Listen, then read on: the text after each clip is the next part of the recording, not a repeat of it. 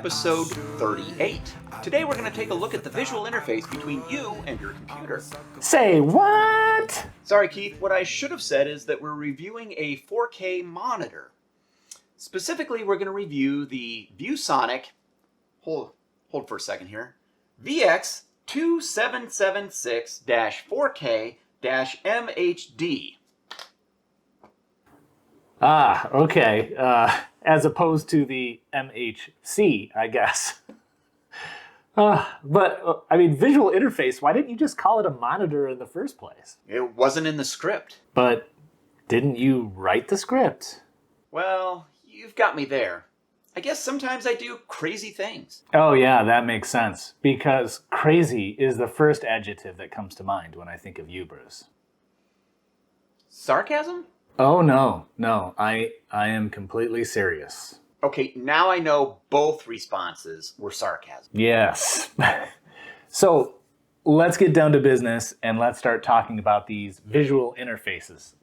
I mean monitors, now you've got me doing it. Perfect. So this is actually my first 4K computer display. So I've got 4K TVs in the house, but this is the first one that's actually going to be attached to a computer. So I purchased these two monitors to attach to my work computer and my video editing system. Okay, yeah, so you use these monitors with the Logitech keyboard and mouse combination that we reviewed earlier? That's correct. Hey Bruce, do you think people will mind if we just break into the episode and deliver some exciting news? I hope not, because we just did. Well, better get to it then. We are going to be giving away 10 of these exciting Dad's Talk Tech logo t-shirts. Yep, 30 days after we hit 1,000 subscribers, we're going to be giving away 10 of these super soft, moisture-wicking shirts. Yeah, unfortunately, we won't be doing that for people who, live outside of the U.S. and Canada, right? Just for, shipping stuff. So if you haven't already subscribed, go ahead and jump on that now. So the sooner that you get subscribed, the sooner we can start giving away some t-shirts. And with that, we're going to get back to Bruce and Keith in the regularly scheduled program. Well, okay then. So I guess that implies that you have a method in place to be able to switch the display input between the two computers. Yes, I do. So there are buttons on the bottom side of the monitor, and in there's actually a button combination to select between 3 different inputs, 2 HDMI and 1 DisplayPort. So you can actually connect up to 3 computers to this display and then switch using that button combination. Okay, that's cool, I guess. Can you do any split screen between the two devices on a single monitor? No, you can't do any split screen of 2 computers on the single monitor, nor can you do a picture in a picture. So you'd have a windowed view of another display input. Even though this monitor's nearly $400 today, it's still considered a budget monitor. And unfortunately, the event of 2020 has severely impacted the pricing of displays especially. So this monitor, when I purchased it, was actually about $319. Now it's around $400, if not more. Wow, that is a big price increase. It makes you wonder if it's even fair to call these budget 4K panels. I suppose the entire global supply chain for panels has been affected, right? And I think that they're just passing the additional costs onto all of the consumers. It's probably something all of the manufacturers are dealing with right now. Exactly. And hopefully later this year that starts to see some relief and they get that addressed. But for now, monitors, like many other electronics, are harder to come by in many cases and can be more expensive. All right, so why don't we take a stretch right now and everybody like this video right at this moment. Thank you very much. So Bruce, what is the good, what is the bad, and what is the ugly with this display? Oh, sorry, I was still stretching.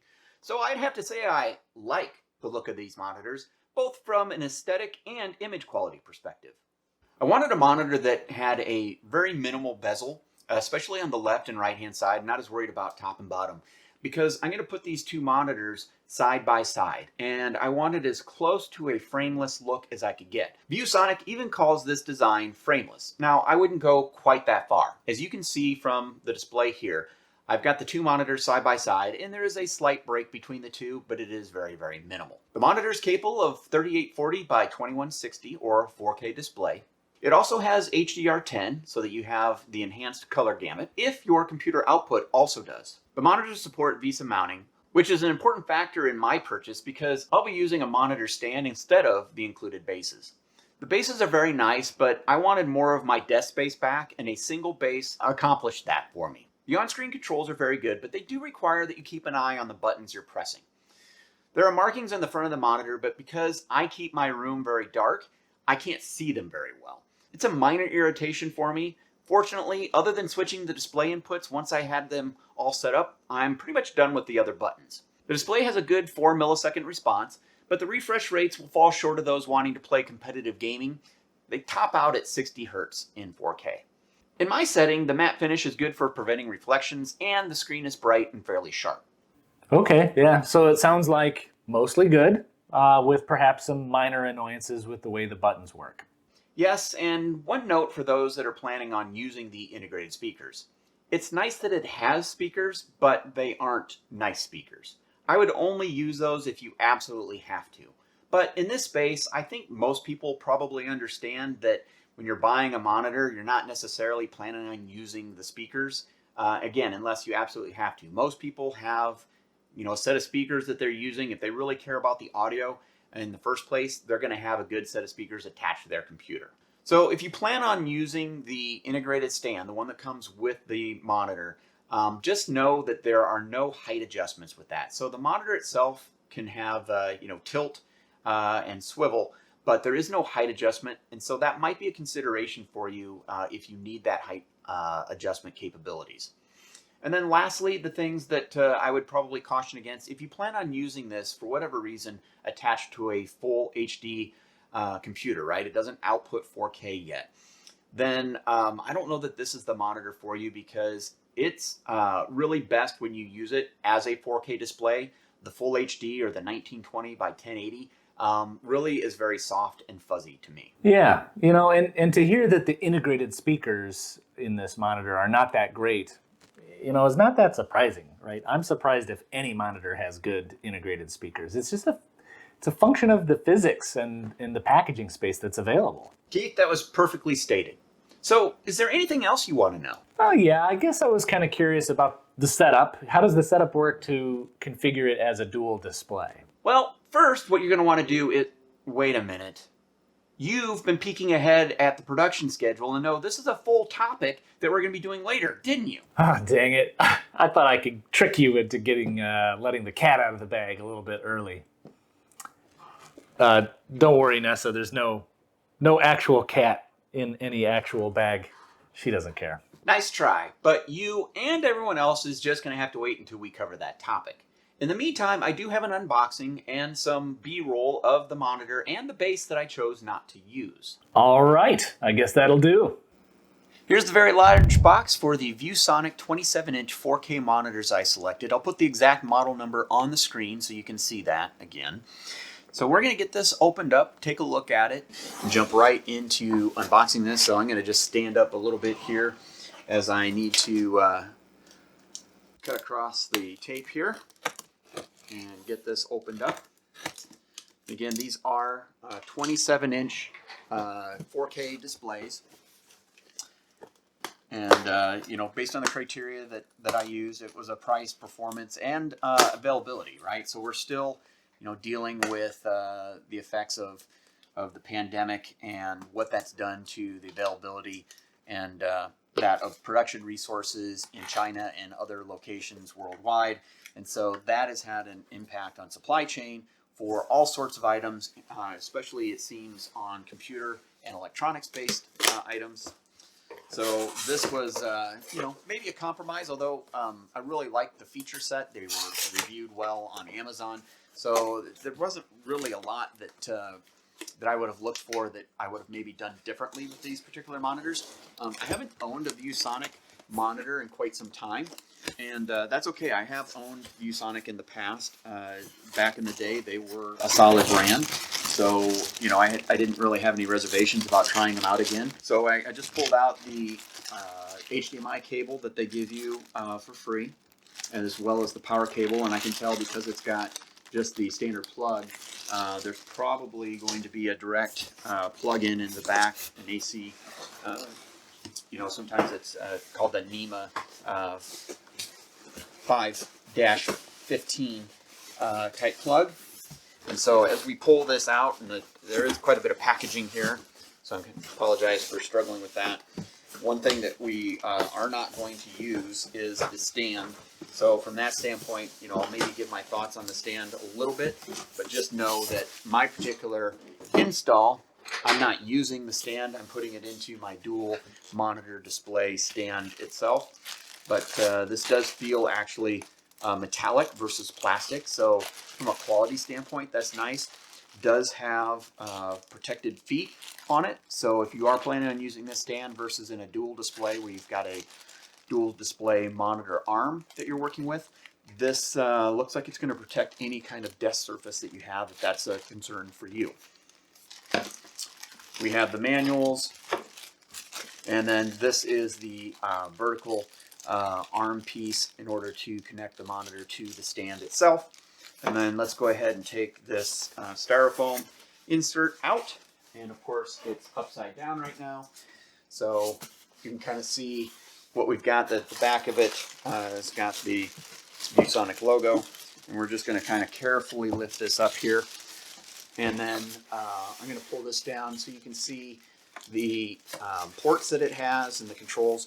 One thing I like, you're not going to be able to see them on this end, but one of the things I like is on the front we can see the images of the controls, and then the buttons are accessible here. Some monitors have been moving some of the controls to the back of the monitor, and I don't really care for that personally, just because you got to reach behind and you can't necessarily see what those particular buttons are supposed to control. Let's go ahead and zoom in just a little bit on the connectivity here. Okay, so let's go ahead and zoom in a little bit on the connections that we have, and then I'll slide this over a little bit so we can see the ports a little bit better. From a connectivity standpoint, we have one display port, 2 HDMI connections. I believe the display port is 1.2A, and the HDMI is a 1.4 and a 2.0 type connection. That's going to come in handy for me because I'm planning on connecting two different computers to this and using the selection button in the front and the bottom, right? So on the bottom we have various buttons that'll help us select the sources and set all of our settings, the on-screen menu, those types of things. Our power is down below. On the front of the monitor, I'm just going to unwrap it this much so you can see. One of the things that I really was looking for in this monitor was a thin, almost frameless border. So if you can see this really well right now, the frame is non-existent, right? Sort of the bezel on here is negligible.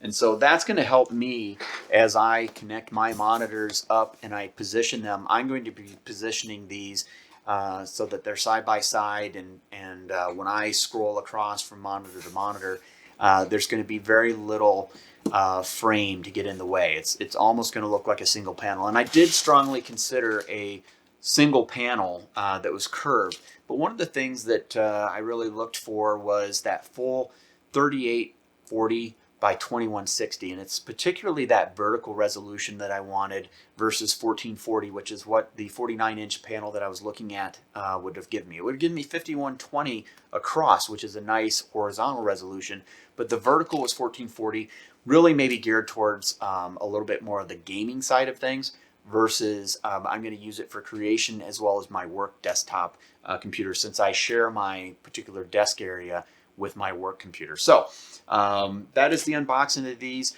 Next, you see them, they're going to be set up, and they're going to be set up on the monitor arm that I selected. Again, I'm not using the base that was included, although I will say the base seems to be very nice. One of the things that I did on this particular purchase was I considered getting individual adjustable monitors in terms of full control, right? Tilt, swivel, and height adjustments. But instead I got a monitor arm that holds my two monitors instead, versus getting those bases that are adjustable, fully adjustable with the monitor. The cost on that goes up significantly to get that full adjustment. And in this case, I would actually end up with 2 feet on my desk area. This is going to allow me to lift it up, have one area, and have additional workspace to work with because I just have one stand touching my desk surface and getting a lot of that out of the way. So I think we've covered everything that I wanted to today. Any final thoughts from you, Keith? Yeah, well, I guess I would like to know if the few things that you found that were not, let's say, not ideal, if those things were enough to keep this monitor from getting the DadsTalkTECH seal of approval. Great question. So I can honestly say, no, those few things, really don't detract from the overall value of the monitor. Sure, there's a few things I'd like to see done differently, but I think they really put together a solid package. At the end of the day, I would like to see the pricing come back down to, more of the level that I purchased at, but that's more of an external, situation that is really beyond ViewSonic's control and not their fault. Alrighty then, another DadsTalkTECH seal of approval. Starting to wonder if anything doesn't get the DadsTalkTECH seal of approval though. Oh, don't worry. We do have a few items in the queue to review that will not be getting the DadsTalkTECH seal of approval. And it's really unfortunate too because we purchase all of these items with our own money, at least today. And so anytime we have a product that doesn't get the seal of approval, that means that we've wasted our hard-earned money on an item that ultimately did not meet our expectations. Yeah, so I guess overall you could say we've really done our research up front before we've made these purchases, or that we've just gotten really, really lucky so far. Keith, it's probably a little bit of both. But as Edna says, luck favors the prepared. Well, on that note, I believe we have reached our destination. Everybody, please keep your hands inside the vehicle as you press the like button as this episode comes to a complete stop. And while you unbuckle your seatbelt, if you haven't already subscribed, please consider doing so as you exit the show. And don't forget to hit the bell so that you will get notified the next time we release a new episode. And watch your step on the way out. So, for Keith and Bruce, you'll see us on the next episode of Dad's Talk Tech.